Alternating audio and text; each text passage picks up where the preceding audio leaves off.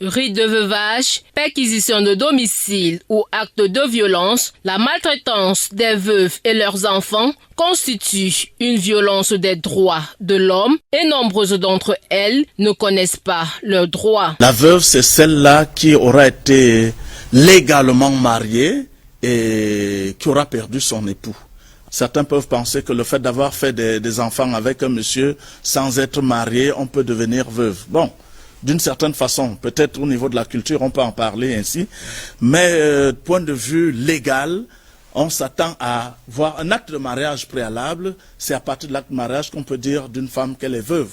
Après le décès du conjoint, la première procédure est le jugement héréditaire déclaré par la veuve ou l'un des enfants. Lorsque la femme veut pouvoir ouvrir la succession de son défunt mari, elle saisit au tribunal de grande instance.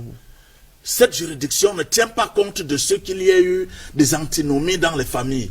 La juridiction veut savoir, est-ce que c'est vous l'épouse? Oui. Quelle est la preuve du fait que vous en soyez l'épouse? L'acte de mariage. Le juge d'ailleurs, les juges vous posent la question de savoir à cette dame, est-ce qu'il n'y a pas d'autres femmes? Bon, à ma connaissance, je ne pense pas qu'il y ait une autre femme.